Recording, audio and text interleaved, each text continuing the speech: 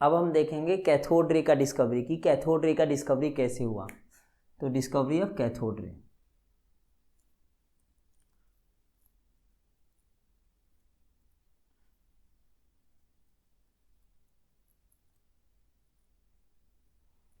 तो around 1859 Julius Plucker नाम के जो साइंटिस्ट थे वो देख रहे थे कि किसी भी गैस में लो प्रेशर पे इलेक्ट्रिसिटी कंडक्ट कर सकते हैं कि नहीं। तो वो एक डिस्चार्ज ट्यूब में ये एक्सपेरिमेंट कर रहे थे। एक डिस्चार्ज ट्यूब क्या होता है, एक हार्ड सिलेंड्रिकल ग्लास रड होता है। ये ग्लास का रड समझो, जो कि हार्ड सिलेंड्रिकल ग्लास रड है। तो उन्होंने क्या किया, एक 50 सेंटीमीटर का जो कि हार्ड सिलेंड्रिकल ग्लास रड है, उसके दोनों एंड्स पे इलेक्ट्रोड्स को सील कर दिया। ठीक है, और इस दोनों को इसको कनेक्ट कर दिया एक पावर सोर्स से जो कि अराउंड 10,000 वोल्ट का था, 10,000 वोल्ट का। अगर इसको अगर निगेटिव टर्मिनल उस बैटरी से कनेक्ट करते हैं, 10,000 वोल्ट का मान लो एक बैटरी है या कोई अदर पावर सोर्स है, तो नेगेटिव टर्मिनल से कनेक्ट करते हैं तो ये बन जाता है कैथोड, नेगेटिवली चार्ज। और ये क्या हो जाएगा, एनोड। ये पॉजिटिव यहाँ पे आके अगर कनेक्ट करेगा तो क्या हो जाएगा, एनोड और कैथोड। तो उन्होंने देखा कि जब 10,000 वोल्ट इसको अगर कनेक्ट कर दिए पावर सोर्स से और इसके अंदर का एयर जो है वो घटाए एक प्रेशर पंप से, जो एक वैक्यूम पंप होता है उससे अगर घटाए तो इसके अंदर प्रेशर क्या होगा, घटने लगेगा। जब घटा तो जब प्रेशर अराउंड 10⁻⁴ एटमॉस्फेरिक प्रेशर था, तो उन्होंने देखा कि इसके अंदर इलेक्ट्रिसिटी का कंडक्शन इस वायर में स्टार्ट हो गया, मतलब एक सर्किट क्या हो गया, क्लोज हो गया, इवन दो इसके बीच में कोई फिजिकल ऐसा सर्किट नहीं है। फिर उन्होंने सोचा कि ये कैसे हो सकता है, तो उन्होंने क्या किया, इस एनोड को थोड़ा सा मॉडिफाई कर दिया और इस डिस्क में थोड़ा सा कुछ होल्स कर दिए और यहाँ पे एक फॉस्फोरेसेंट या फ्लोरोसेंट मटेरियल जैसे कि एक जिंक सल्फाइड होता है, वो एक फॉस्फोरेसेंट मटेरियल यहाँ पे अप्लाई कर दिया। उन्होंने क्या ऑब्जर्व किया कि ये स्पार्क कर रहा था। ये क्या कर रहा था, स्पार्क कर रहा था। तो ये स्पार्क तभी करेगा जब इस पर कोई एनर्जी आके टकराएगा, चाहे वो पार्टिकल हो या लाइट हो। तो उन्होंने देखा कि यहाँ उन्होंने ये बताया कि कैथोड से एक रे निकल रहा है जो कि इधर की ओर जा रहा है और यहाँ जाके टकरा रहा है। ओके, तो एज वो रे जो है वो कैथोड से निकल रहा था, इसलिए उसका नाम उन्होंने क्या दिया, कैथोड रेज दिया। तो इसका बहुत सारे साइंटिस्ट जैसे डब्ल्यू क्रूक्स, जे पेरिन, जे थॉमसन और बहुत सारे साइंटिस्ट ने इस कैथोड रे के ऊपर एक्सपेरिमेंट किया और उसके कुछ कंक्लूजन्स निकाले। तो मैं आपको पॉइंट वाइज लिख दूंगा कि वो क्या एक्सपेरिमेंट था और उसके क्या कंक्लूजन है। पहले एक बार ओवरव्यू में बता देता हूँ कि उन्होंने क्या किया। ये सबसे पहले इस तरह का एक्सपेरिमेंट किया कि इस एनोड को थोड़ा सा मॉडिफाई कर दिया, थोड़ा सा उसमें होल्स कर दिया और उसके बाद इसका पता किया कि एक रे जो है इधर से जा रहा है और कुछ तो इसमें एब्जॉर्ब हो जा रहा है और बाकी होल से पास होके यहाँ टकरा रहा है, जिससे क्या पता चल रहा है कि कोई रे यहाँ से वहाँ जा रहा है। क्योंकि ये रे दिखता नहीं था तो इसलिए ये सेटअप करना पड़ा। ओके, ये इनविजिबल रेज था। और सेकेंडली जब उसके बीच में उन्होंने कोई एक मैटर रख दिया, इस मान लो यहाँ से एक रे निकल रहा है, यहाँ से बहुत सारा रे ऐसा ऐसा निकल रहा है, ठीक है। तो जब बीच में मैटर रख दिया तो उन्होंने देखा क्या, इस मैटर इतना दूर पे, मैटर जितना एरिया लेता है वहाँ पे टकराया नहीं एक भी रेज आगे। तो इससे क्या पता चलता है कि रेज जो है, बाकी रेज वो स्ट्रेट चले गए और इसके सामने वाला सिर्फ इस मैटर में एब्जॉर्ब हो गया, मतलब कि यहाँ खाली रह गया बीच में एरिया, कोई भी रे वहाँ जाके नहीं टकराया। तो मतलब इसका शैडो बन गया वहाँ। इससे पता चलता है कि जो कैथोड रे है वो स्ट्रेट लाइन में कवर करता है। और जब पता किया गया कि इसका स्पीड क्या है, तो इसका स्पीड था 10⁻⁹ टू 10⁻11 सेंटीमीटर्स पर सेकेंड, यानी बहुत ही ज़्यादा स्पीड से क्या कर रहा था, वो कैथोड रे मूव कर रहा था उसके अंदर। सेकेंडली है कि जब इसके बीच में कोई मैटर डालें, जैसे कि यही मैटर है, तो ये हीटअप हो जा रहा था, ये हीट हो जा रहा था। तो जिससे पता चलता है कि इस कैथोड रे में हीटिंग प्रॉपर्टीज़ भी है। तो फिर साइंटिस्ट कंफ्यूज हो गए कि ये हीटिंग प्रॉपर्टीज किस तरह का है। ये लाइट से, जैसे कि एक लाइट होता है उससे भी हीट होता है, जैसे कि सनलाइट है, वो किसी पार्टिकल पे पड़ेगा, किसी मैटर पे पड़ेगा तो वो मैटर क्या हो जाएगा, हीट हो जाएगा। या फिर कोई पार्टिकल अगर किसी मैटर से टकराएगा तो भी हीट होगा। जैसे कोई पार्टिकल आके इस मैटर से टकराया और उस पार्टिकल में क्या है, काइनेटिक एनर्जी है, तो वो काइनेटिक एनर्जी टकरा के यहाँ पे हीट एनर्जी में कन्वर्ट हो जाएगा। तो साइंटिस्ट यहाँ पे थोड़ा सा कंफ्यूज हो गया। तो फिर उन्होंने क्या किया, एक छोटा सा फैन का ब्लेड लिया, एक छोटा सा फैन लिया, समझ लीजिए फैन का जो रहता है, तो यहाँ पे जब डाला तो वो मूव करने लगा। वो क्या करने लगा, मूव करने लगा, जिससे पता चलता है कि वो फैन जो व्हील्स है वो तभी मूव करेगा जब वो किसी पार्टिकल से मिलकर बना होगा। जैसे कि लाइट रे के सामने अगर कोई फैन डालेंगे तो वो मूव नहीं होगा। वही एयर में पार्टिकल्स होते हैं, तो अगर एयर चल रहा है उसमें अगर हम फैन डालेंगे तो वो क्या होने लगेगा, वो मूव करने लगा। इससे जब पता चलता है कि ये रे जो मिलके बना है वो पार्टिकल्स से मिलके बना है, कोई ऐसा वेव नहीं है इसमें। ओके, तो इसके पीछे वाले पॉइंट में जो हीटअप हो जा रहा था कोई भी मैटर, इसलिए हो रहा था कि इसमें काइनेटिक एनर्जी हो जाएगा। जब इसमें मास पार्टिकल्स हैं और इसमें वेलोसिटी भी है तो इसमें काइनेटिक एनर्जी है, और ये जब किसी मैटर पे इस पे रखे हुए कोई मैटर पे जाके अगर टकराएगा और तो इसमें एब्जॉर्ब होगा तो ये काइनेटिक एनर्जी किस में कन्वर्ट हो जाएगा, हीट एनर्जी में कन्वर्ट हो जाएगा, जिसके कारण ये मैटर क्या हो जा रहा था, हीट हो जा रहा था। और उन्होंने क्या किया, यहाँ पे इलेक्ट्रिक प्लेट्स लगा दिए, जो कि मान लो इसको बैटरी के पॉजिटिव टर्मिनल से कनेक्ट कर दिए और इसके बैटरी के निगेटिव से टर्मिनल से कनेक्ट कर दिए। तो उन्होंने क्या देखा कि ये जो कैथोड रेज है जो कि स्ट्रेट जा रहा था, वो क्या किया, थोड़ा सा पॉजिटिव टर्मिनल की ओर डिफ्लेक्ट होने लगा। ठीक है, थोड़ा सा डिफ्लेक्ट होने लगा, जिससे पता चलता है कि इस रे में जो पार्टिकल से मिलके बना है वो पार्टिकल निगेटिवली चार्ज है, क्योंकि अपोजिट चार्ज एक दूसरे को अट्रैक्ट करता है और सेम चार्ज क्या करता है, रिपेल करता है, धक्का मारता है। तो ये अट्रैक्ट किया, जिसके कारण ये पॉजिटिव प्लेट की ओर थोड़ा सा बेंड हो गया। और इस बात को कंफर्म करने के लिए उन्होंने क्या किया, एक positively charge gold leaf electroscope लिया। एक गोल्ड लीफ इलेक्ट्रोस्कोप क्या होता है मैं बताता हूँ।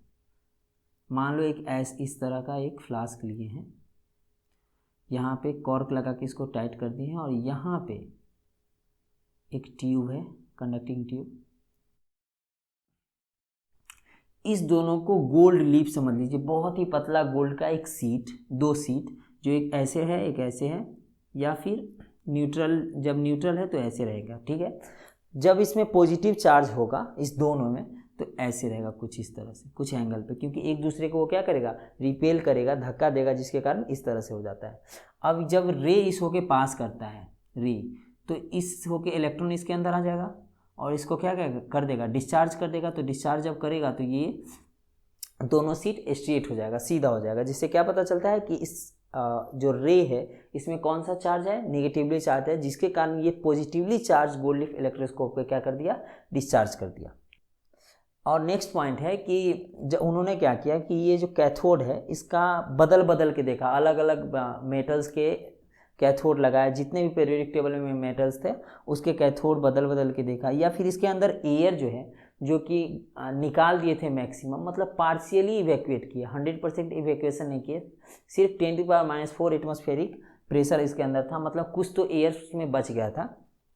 तो अलग अलग एयर उसके अंदर डाल के देखे साइंटिस्ट ने, फिर भी देखा कि जो कैथोड का जो प्रॉपर्टीज़ है वो चेंज नहीं हो रहा, कैथोड का प्रॉपर्टीज हमेशा एक ही रह रहा है। इससे उन्होंने कंक्लूजन ये निकाला कि जो इलेक्ट्रॉन्स है, ये जो कैथोड, जिस भी चीज़ से ये कैथोड रे मिलकर बना है वो सभी पार्टिकल्स में पाए जाते हैं, सभी मैटर में पाए जाते हैं। तो अब इसको पॉइंट वाइज हम लिख देते हैं कि साइंटिस्ट ने कौन सा एक्सपेरिमेंट किया और कैसे कंक्लूजन उसका निकाला। ओके, तो ये सारे पॉइंट्स है और वो उसके कंक्लूजन है जो कि साइंटिस्ट ने एक्सपेरिमेंट करके दिए हैं।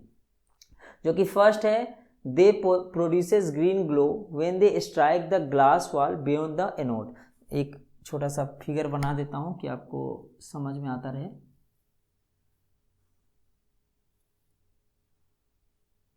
ये सर्कुलर है, ये इजी ड्राइंग के लिए वैसा बनाया और कुछ बुक्स में बना हुआ रहता है, तो समझ जाइए ये सर्कुलर है, डिस्क शेप का है।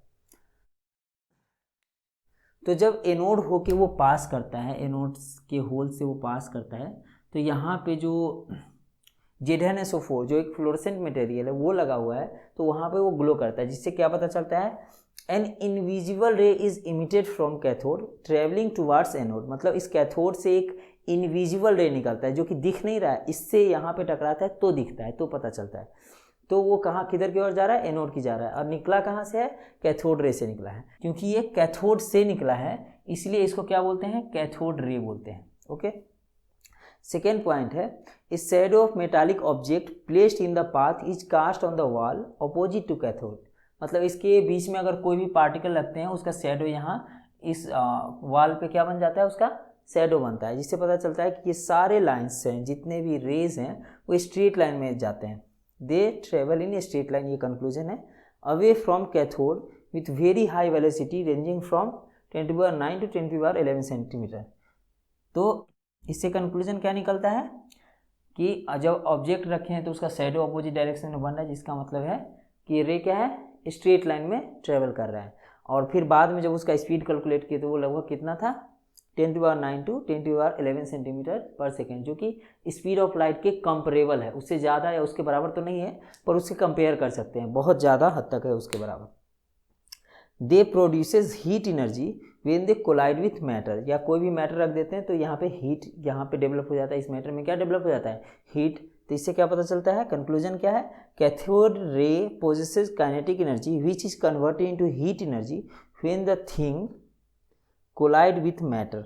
मतलब when they collide with matter, जब कैथोड रे यहाँ से निकलता है और मैटर के साथ कोलाइड करता है तो इस कैथोड रे में जो काइनेटिक एनर्जी है उसके मास के वजह और उसके वेलोसिटी की वजह से वो इससे टकरा के वहाँ क्या बन जाता है, हीट एनर्जी में कन्वर्ट हो जाता है। When a small pin wheel is placed in the path, the blades of the wheel are set in motion. The cathode ray consists of material particles which, इसे ये कंक्लूजन है कि इससे क्या कंक्लूजन निकलता है कि cathode ray consist of material particles which have mass and velocity, hence kinetic energy. जब इसके अंदर बीच में कोई व्हील्स डालते हैं तो वो क्या हो जाता है, वो घूमने लगता है, इससे पता चलता है ये जो कैथोड रे बना है वो एक मास पार्टिकल से मिलकर बना है, जिसके कारण उसमें काइनेटिक एनर्जी होता है। तो इसका आप स्क्रीनशॉट लेना चाहे ले सकते हैं, या फिर आप इसको नोट्स में उतार सकते हैं। आप नोट्स कहीं और से मत ले लीजिएगा, आप नोट खुद से बनाइए, जिससे कि आपको समझ में आएगा कोई भी चैप्टर, और जब दोबारा आप उस पर देखिएगा तो पूरा आपको याद हो जाएगा। अगर कहीं और से लीजिएगा तो उसको आपको समझ में नहीं आएगा और फिर उसको याद करना पड़ेगा, कि जो कि बहुत ही डिफिकल्ट है। साइंस में कंसेप्ट को याद नहीं किया जाता है, उसको थोड़ा देखना पड़ता है। कंसेप्ट 1-2 बार देख लीजिएगा, आपको समझ में आ जाएगा अच्छे से, तो याद करने का ज़्यादा ज़रूरत नहीं होता है। कुछ चीज़ें याद करनी पड़ती है, जैसे वैल्यूज होगा वो आपको याद करना पड़ेगा। नेक्स्ट है 5th पॉइंट कि when the rays are passed between 2 electrically charge plates, the rays are deflected towards the positively charge plate and also the ray discharge positively charge gold leaf electroscope. मतलब जब उस रे को, इस रे को कोई प्लेट्स पॉजिटिवली चार्ज, मतलब एक इलेक्ट्रिक प्लेट अगर लगाते हैं, ये पॉजिटिवली या नेगेटिवली, तो ये पॉजिटिव प्लेट की ओर थोड़ा सा डिफ्लेक्ट कर जाता है। ये रे स्ट्रेट नहीं जाके यहाँ क्या कर जा रहा है, पॉजिटिव प्लेट की ओर थोड़ा सा डिफ्लेक्ट कर जा रहा है, जिससे क्या पता चलता है कि इस रे में कौन सा पार्टिकल्स है, नेगेटिवली चार्ज पार्टिकल्स है, क्योंकि अपोजिट चार्ज यहाँ पे क्या करता है, अट्रैक्ट करता है। तो ये पॉजिटिवली चार्ज प्लेट की ओर क्या कर जा रहा है, डिफ्लेक्ट कर जा रहा है। और इसको कंफर्म करने के लिए क्या किया, gold leaf positively charged gold leaf electroscope की भी इसके बीच में रखा, तो क्या हो गया, वो डिस्चार्ज हो गया, जिससे पता चलता है कि इसमें कौन सा चार्ज है, नेगेटिवली चार्ज है। और ये भी देखा जाता है कि ये मैग्नेटिक फील्ड में भी ये क्या कर रहा है, थोड़ा सा डिफ्लेक्ट कर रहा है, तो इसका डायरेक्शन थोड़ा सा बदल रहा है। तो क्योंकि ये चार्ज मूविंग है, तो मूविंग चार्ज इलेक्ट्रिक फील्ड में भी क्या कर रहा है, मूविंग चार्ज एक करंट की तरह बिहेव करता है, और वो मैग्नेटिक फील्ड से क्या होता है, अफेक्ट होता है। तो इससे कंक्लूजन क्या निकाला, cathode rays carries the negative charge. इससे ये कंक्लूजन है कि कैथोड रे का चार्ज कौन सा है, नेगेटिवली चार्ज होता है ये रेज। नेक्स्ट क्या है, the nature of cathode rays is independent of, जो कैथोड रेज का वो नेचर है वो क्या क्या चीज़ के इंडिपेंडेंट है, मतलब वो अगर किसी भी मटेरियल का लगा दें तो कैथोड रेज का जो नेचर रहेगा, उसका प्रॉपर्टीज रहेगा, वो सेम ही रहेगा। क्या क्या चीज़ के इंडिपेंडेंट है, द नेचर ऑफ कैथोड, मतलब ये कैथोड जो है किसी भी मटेरियल का लगा देंगे तो भी कैथोड रेज का नेचर क्या हो जाएगा, सेम ही रहेगा।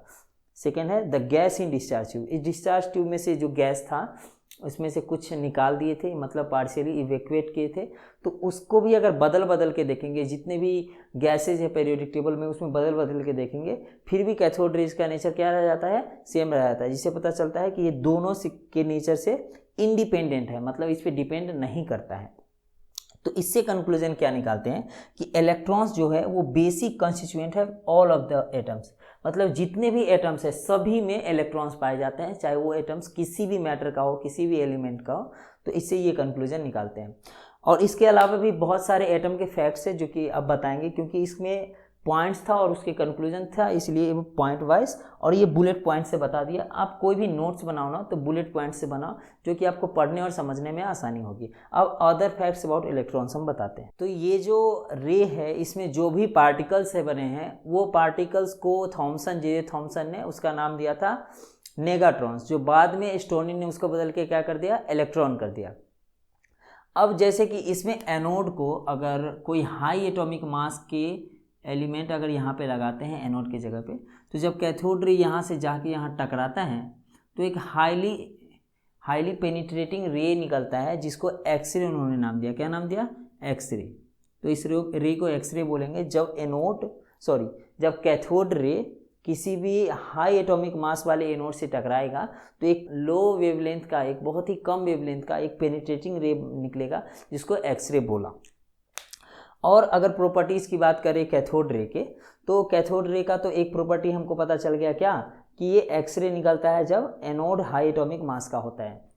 और जब कैथोड रे किसी भी फोटोग्राफिक प्लेट अगर यहाँ बीच में रखेंगे तो फोटोग्राफिक प्लेट को भी कैथोड रे क्या करता है, अफेक्ट करता है। और अगर थीन मेटल फॉइल्स है, पतला सा मेटल फॉइल्स है, तो कैथोड उसको भी अफेक्ट करता है। और अगर इसके प्रॉपर्टीज़ की बात करें तो जिस गैसेस से कैथोड रे गुजरेगा उस गैसेस को आयोनाइज कर देगा, मतलब गैसेस का इलेक्ट्रॉन अलग कर देगा और उसका जो पॉजिटिवली चार्ज आयंस होगा वो अलग कर देगा। तो गैसेस को ये क्या कर दे रहा है, आयोनाइज कर दे रहा है। तो एनोड रेज जब पढ़ेंगे ना, एनोड रेज, तो पता चलेगा ये कैथोड इसके अंदर जो एयर है उसको आयोनाइज कर दे रहा है, जो कि बाद में हम बताएंगे। तो अब हम जानेंगे कि जे थॉमसन ने charge by mass of electron कैसे निकाला, और इस जो कैथोड रे है इसमें कुछ मॉडिफिकेशंस किए उन्होंने, जो कि अभी मैं इसका डायग्राम अब बनाऊंगा। तो अभी जो अब मैंने पॉइंट्स बताया उसका पॉइंट्स में लिख देता हूँ बुलेट पॉइंट्स में, जो कि आप नोट्स के लिए उतार सकते हैं, या फिर दोबारा उसको समझा दूंगा तो आपको याद हो जाएगा। तो ये कुछ अदर पॉइंट्स है कैथोड रेज के बारे में, जैसे कि these particles carrying negative charge we called negatrons by Thomson. इस पार्टिकल्स का जो कैथोड रे जिस पार्टिकल से मिलकर बना है उसका नाम नेगाट्रॉन्स रखा था थॉमसन ने। The name later change to electron by Stoney, और इसका नाम बाद में स्टोनी ने क्या रख दिया, इलेक्ट्रॉन, जो कि अभी तक हम लोग उसका यूज करते हैं। Cathode ray produces X-ray when these ray fall on a material having high atomic mass. अगर ये कैथोड रे किसी हाई एटॉमिक मास वाले मटेरियल पे टच करता है, उस पर टकराता है, तो एक नया टाइप का पेनिट्रेटिंग रेज निकलता है, जो कि बहुत ही छोटे वेवलेंथ का रहता है, जिसको हम क्या बोलते हैं, एक्सरे बोलते हैं। ओके, नेक्स्ट है कि cathode rays affect the photographic plate, मतलब कैथोड रे फोटोग्राफिक प्लेट्स को भी अफेक्ट करता है, ये उसके प्रॉपर्टीज़ हैं। और कैथोड रे के और क्या प्रॉपर्टीज है, दीज रे can penetrate through the thin foils of solid materials. पतला फॉइल जो होगा सॉलिड मटेरियल का, उस होके कैथोड रे पास कर सकता है। These ray causes ionisation in gases through which they passes, मतलब जिस एयर से, जिस गैसेज से ये रेज पास करेगा उसको आयनाइज कर देगा, मतलब उसके इलेक्ट्रॉन्स और आयंस को अलग अलग कर देगा। ये कुछ प्रॉपर्टीज हो गया कैथोड रेज का, और ये उसके बारे में कुछ फैक्ट्स हो गया। अब हम बात करेंगे कि जे थॉमसन ने क्या किया, उस वाले ट्यूब को थोड़ा सा मॉडिफाई किया उसके प्रॉपर्टीज़ को स्टडी करने के लिए। तो उससे उन्होंने क्या, E/m वैल्यू ऑफ इलेक्ट्रॉन निकाला, जो कि वो कैथोड रे जिससे मिलकर बना है वो इलेक्ट्रॉन है, तो उसका E/m वैल्यू निकाला किसने, थॉमसन ने। तो वो अब हम देखेंगे। तो थॉमसन ने उस कैथोड रे में कुछ मॉडिफिकेशंस किया और न्यू कैथोड रे कुछ इस तरह का बनाया, जो कि है ये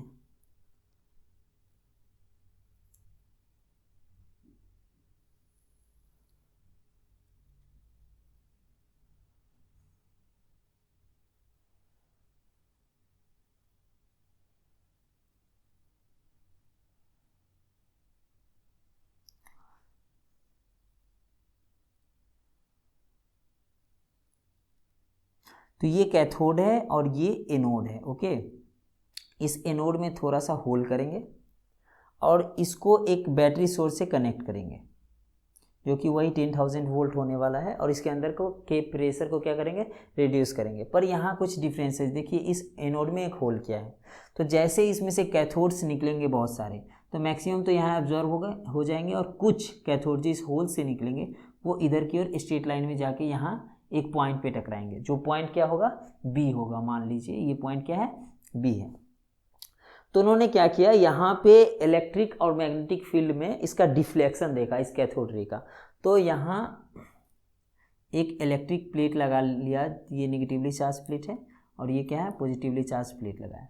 तो देखा कि ये यहाँ से थोड़ा सा डिफ्लेक्ट होके इस पॉइंट पे टकरा रहा है। मान लीजिए इस पॉइंट को हम बोलेंगे ए, और जब इसको हटा दिए, मतलब इलेक्ट्रिक प्लेट्स को हटा दिए, मतलब इलेक्ट्रिक फील्ड को हटा दिए, जब इलेक्ट्रिक फील्ड को हटा दिया और सिर्फ मैग्नेटिक फील्ड, मतलब एक मैग्नेट लगाएं, तो मान लीजिए ये साउथ है और जो अंदर की ओर लगा हुआ है उस साइड ये है नॉर्थ। ओके, तो ये रे है, उसका डिफ्लेक्शन थोड़ा नीचे की ओर हुआ और ये यहाँ सी पॉइंट पे आके टकराया। ठीक है, तो थॉमसन ने इसका केयरफुली ऑब्जर्वेशन किया और E/m वैल्यू ऑफ इलेक्ट्रॉन उन्होंने दिया। तो उन्होंने देखा कि डिफ्लेक्शन 3 पॉइंट्स पे डिपेंड करता है, जो कि है फर्स्ट, चार्ज ऑन इलेक्ट्रॉन, मतलब इस पार्टिकल्स में कितना चार्ज है, ये जो कैथोड रे में जो पार्टिकल्स हैं उसका चार्ज क्या है, क्या चार्ज का वैल्यू है। तो ये किस पे डिपेंड कर रहा है, first charge on electron, second किस पे डिपेंड कर रहा है, मास ऑफ इलेक्ट्रॉन। इसका चार्ज अगर ज़्यादा होगा तो डिफ्लेक्शन भी ज़्यादा होगा, यहाँ के मतलब यहाँ टकरा जाएगा, लेकिन अगर मास ज़्यादा होगा तो डिफ्लेक्शन कम हो जाएगा। तो मास of electron, mass of electron या पार्टिकल बोलेंगे कोई और रे का अगर ऑब्जर्व कर रहे हैं तो। एंड थर्ड है intensity of electrical and magnetic field applied. तो इस रे का डिविएशन, डिफ्लेक्शन जो है वो 3 चीज़ों पे डिपेंड करता है। First charge on the particle, यहाँ पे इलेक्ट्रॉन है तो electron, mass of the particle, वो पार्टिकल का मास क्या है, मास अगर ज़्यादा होगा तो डिफ्लेक्शन घट जाएगा, लेकिन वही चार्ज अगर ज़्यादा होगा तो डिफ्लेक्शन बढ़ जाएगा। और इंटेंसिटी ऑफ इलेक्ट्रिकल या मैग्नेटिक फील्ड अप्लाई, जो इलेक्ट्रिकल और मैग्नेटिक फील्ड अप्लाई किए हैं उसका इंटेंसिटी जैसे ही बढ़ेगा तो क्या बढ़ेगा, उसका डिफ्लेक्शन बढ़ जाएगा, और इंटेंसिटी घटेगा तो क्या होगा, उसका डिफ्लेक्शन घट जाएगा। तो जब सिर्फ और सिर्फ इलेक्ट्रिकल फील्ड अप्लाई किया, मतलब सिर्फ यहाँ इलेक्ट्रिकल प्लेट्स डाल दिए हैं और इसको इस दोनों को बैटरी के प्लेट से कनेक्ट किए हैं, तो ये पॉइंट ए पे जाके टकराता है। ठीक है, तो सिर्फ इलेक्ट्रिकल फील्ड में उसका जो पाथ जो होगा वो पाथ कवर करेगा एक पैराबोलिक पाथ। पैराबोलिक पाथ क्या होता है कि अगर बहुत बड़ा एरिया रहता तो ऐसे ऐसे ऐसे ऐसे फिर आके लौट के ऐसे आ जाता, ये पैराबोलिक पाथ हो गया, लेकिन एरिया इतना ही है इसलिए यहाँ पे आके टकरा जा रहा है। ओके, वही मैग्नेटिक फील्ड में जो है वो इलेक्ट्रॉन का पाथ जो होता है वो सर्कुलर होता है, ये बहुत बड़ा है, ऐसे करके एक सर्कुलर पाथ बनाता, लेकिन इसमें एरिया कम है, इसके लिए ये कहाँ पे जाके टकरा गया, सी की पॉइंट पे जाके टकरा गया। ठीक है, तो थॉमसन ने एक इक्वेशन दिया कि वाई जब सिर्फ इलेक्ट्रिक फील्ड अप्लाई होगा तो उसका डिफ्लेक्शन कैसे होगा। उसका डिफ्लेक्शन का उन्होंने फॉर्मूला दिया, y equal to E/mv² × x²। तो इसमें E जो है वो इलेक्ट्रिकल फील्ड कितना है वो है, ये E है चार्ज ऑन इलेक्ट्रॉन, m है मास ऑफ इलेक्ट्रॉन, वो इलेक्ट्रॉन का मास कितना है, और x² है इस दोनों के बीच में डिफरेंस x, या d भी कहीं रहेगा तो समझिए कि सेम बात है। यहाँ पे x रखते हैं क्योंकि आगे x का यूज करेंगे। और वही अगर मैग्नेटिक फील्ड में उसका उन्होंने इक्वेशन दिया रेडियस का कि r = mv/ev, mass of electron, velocity of electron, charge on electron और मैग्नेटिक फील्ड का इंटेंसिटी। ओके, तो ये इलेक्ट्रिकल फील्ड में उन्होंने इक्वेशन दिया कि इस तरह का पाथ डिफिक्ट करेगा, और ये मैग्नेटिक फील्ड में उन्होंने इक्वेशन दिया। और वो केयरफुली जब उस डेविएशन को ऑब्जर्व किए तो charge by mass of electron का भी उन्होंने एक इक्वेशन दिया जो कि था E by M E equal to E by R B square. तो E charge of electron by mass of electron, M E का मतलब m होना चाहिए सिर्फ, लेकिन E से डिनोट करें किसका, इलेक्ट्रॉन का। तो charge of electron by mass of electron equal to E by R B square. तो ये उन्होंने एक इक्वेशन दिया charge by mass of electron का। तो ये यहाँ E है इलेक्ट्रिकल फील्ड अप्लाइड, ये है R radius of the path applied in magnetic field, और B है मैग्नेटिक फील्ड का इंटेंसिटी। तो ये E बाई एम ई का उन्होंने एक इक्वेशन दिया। और केयरफुली जब बहुत सारे एक्सपेरिमेंट किए और ऑब्जर्व किया तो उन्होंने E बाई एम ई का एक न्यूमेरिकल वैल्यू भी दिया, वो है 1.75882 into 10 to the power 11 coulomb पर केजी, या कूलम केजी इनवर्स भी कितना जगह रहेगा, दोनों एक ही चीज़ है। ओके, तो 1.75882 को कहीं कहीं 1.76 रहेगा, क्योंकि इसको अप्रोक्सीमेट कर दिया है। इस नंबर के बाद 5 से ज़्यादा बड़ा नंबर है तो इसको 5 को क्या कर देगा, 6 into 10 to power 11 coulomb KG inverse. अगर ये दोनों रहे भी किसी भी इक्वेशन में तो गलत मत समझना है कि ये गलत लिख दिया है या ये वाला गलत, ये थोड़ा ज़्यादा एक्यूरेट है, ये थोड़ा कम एक्यूरेट है, ठीक है। तो ये उन्होंने charge by mass value of क्या दिया, इलेक्ट्रॉन दिया। ये बहुत ही ज़्यादा इंपॉर्टेंट है आगे मास ऑफ इलेक्ट्रॉन निकालने में। तो उन्हें charge by mass of electron उन्हें बता दिया था। अब हम जानेंगे कि इलेक्ट्रॉन का प्रोडक्शन कहाँ कहाँ होता है। तो जब भी कोई मेटल सरफेस पे कोई हाई एनर्जी लाइट जैसे कि एक्सरे या अल्ट्रावायलेट वेव्स वहाँ पे गिरेगा, लाइट वहाँ पे गिरेगा, तो भी इलेक्ट्रॉन का एमिशन होता है। सेकेंडली, जब कोई फिलामेंट, कोई भी मेटल बहुत ही ज़्यादा हीटअप हो जाता है, बहुत ही ज़्यादा गर्म होता है, तो भी इलेक्ट्रॉन का एमिशन होता है। और तीसरा है कि जब कोई रेडियो एक्टिव डिके होता है, रेडियो एक्टिव कुछ एलिमेंट्स होते हैं, तो वो जब डिके होते हैं और उसमें से बीटा पार्टिकल्स निकलता है, तो वो बीटा पार्टिकल्स कुछ और नहीं बस इलेक्ट्रॉन्स होते हैं। तो ये 3 ऐसे बेसिक ऐसी जगह हैं जहाँ पे इलेक्ट्रॉन्स निकलती हैं। अब हम देखेंगे कि चार्ज ऑन इलेक्ट्रॉन का चार्ज किसने सबसे पहले डेवलप किया और किस तरह से डेवलप किया। तो सबसे पहले precise measurement on charge of electron जो किया वो किया था 1906 में रॉबर्ट एंड्रयूज मिल्टन नाम के एक साइंटिस्ट ने, जिसका एक्सपेरिमेंट्स आपको हम अभी बताएंगे। तो first time precise measurement of charge on electron Robert Andrews Milton ने 1909 में दिया था। 1909 में उनके एक एक्सपेरिमेंट के द्वारा, जिसको आयल ड्रॉप एक्सपेरिमेंट भी बोलते हैं, उसमें उन्होंने एक बॉक्स लिया था। तो मान लीजिए वो इस तरह का एक बॉक्स लिए,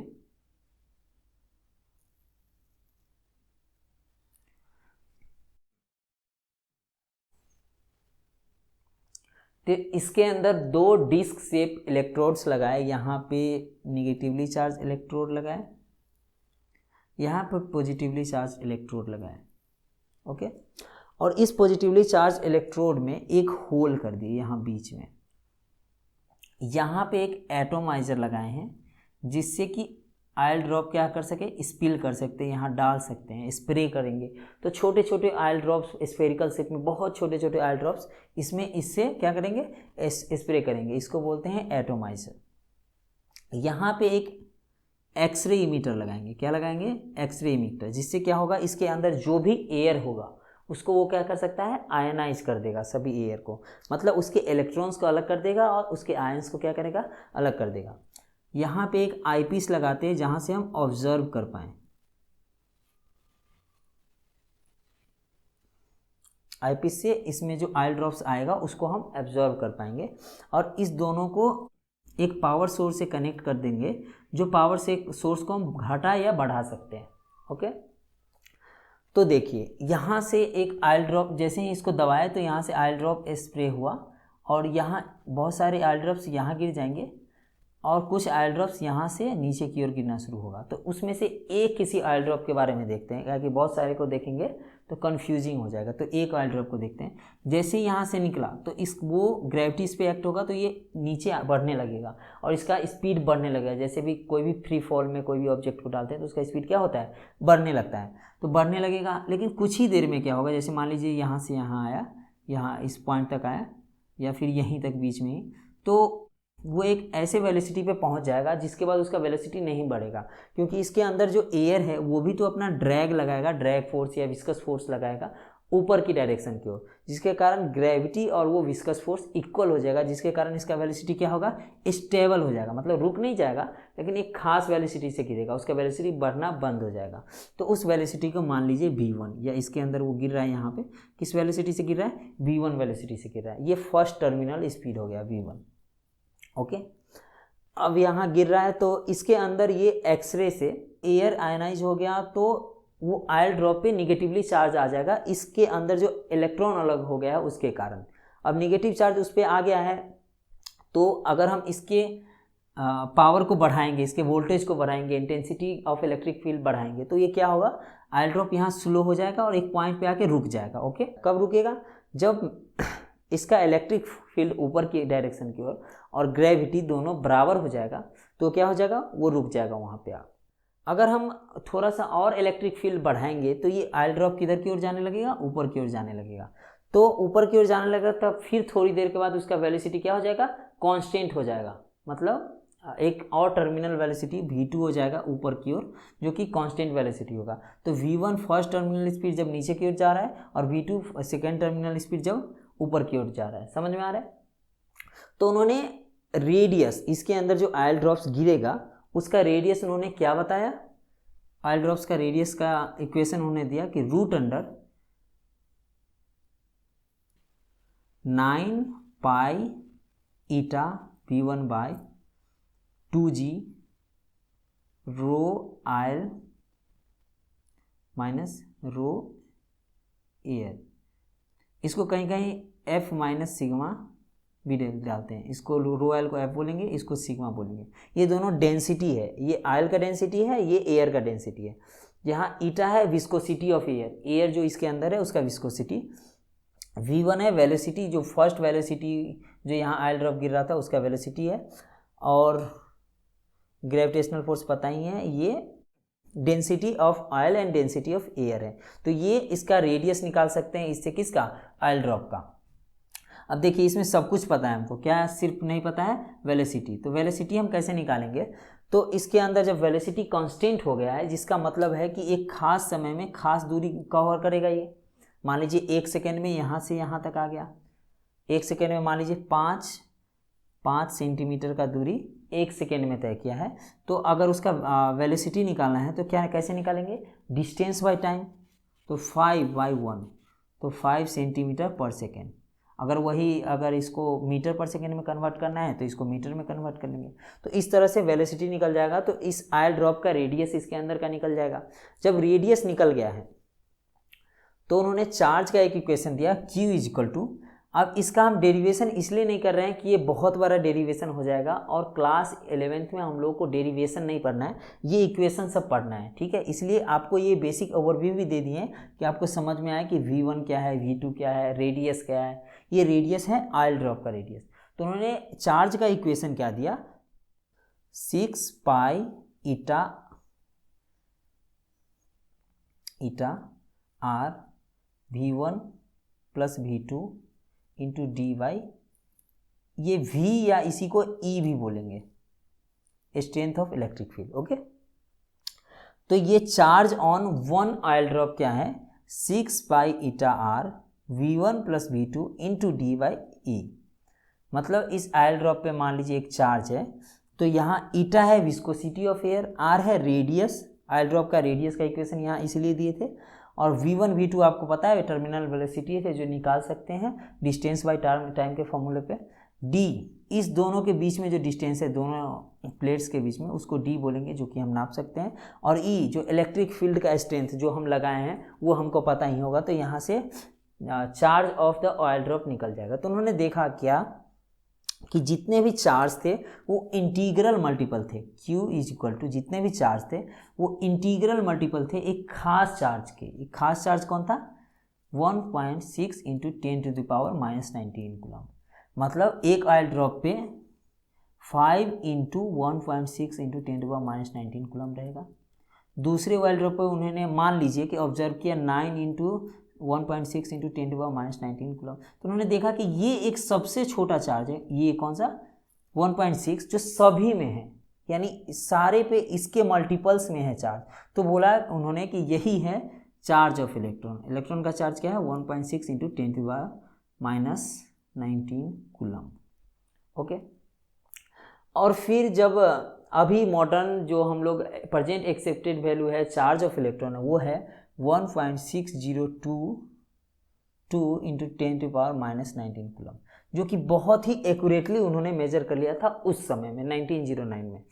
तो अब जब चार्ज ऑफ इलेक्ट्रॉन निकल गया है और charge by mass of electron क्या है E/me 1.75882 इंटू 10⁻⁻19 कूलम, या 1.76, इसको मैं बताया था कि 1.76 भी लिखते हैं।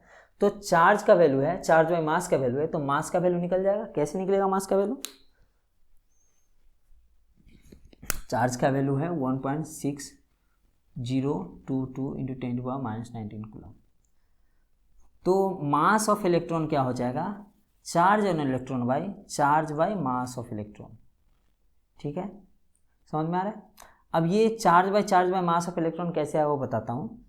जब charge by mass of electron हमको पता है 1.75882 या 1.6 इंटू 10⁻11, सॉरी ये 11 है, वो 19 नहीं है, 11 कूलम kg इनवर्स। तो कूलम kg इनवर्स ये पता है। अब इसमें हमको चार्ज आ गया है, इसमें क्या आ गया है? चार्ज का वैल्यू आ गया है 1.6022 10⁻⁻19 कूलम। तो मास ऑफ इलेक्ट्रॉन क्या हो जाएगा? ये बाई ये हो जाएगा, मतलब 1.6022 into 10⁻⁻19 by 1.76 into 10⁻11 coulomb kg inverse. Okay, तो यहाँ क्या हुआ? यही हुआ ना, charge of electron by charge of mass of electron. तो यहीं पे मास ऑफ इलेक्ट्रॉन क्या हो जाएगा? Charge of electron by charge by mass of electron, जो कि यहाँ पे उनका वैल्यू क्या निकला? 9.1096 इंटू 10⁻31 kg, या फिर 9.1096 इंटू 10⁻28 ग्राम्स में निकालेंगे तो इतना हुआ। ये क्या आ गया है? Mass of electron. Charge on electron आ गया, मास ऑफ इलेक्ट्रॉन आ गया। अब ये मास ऑफ इलेक्ट्रॉन आपको बहुत ही छोटा दिख रहा होगा, 10⁻31 kg, जो कि बहुत ही कम है।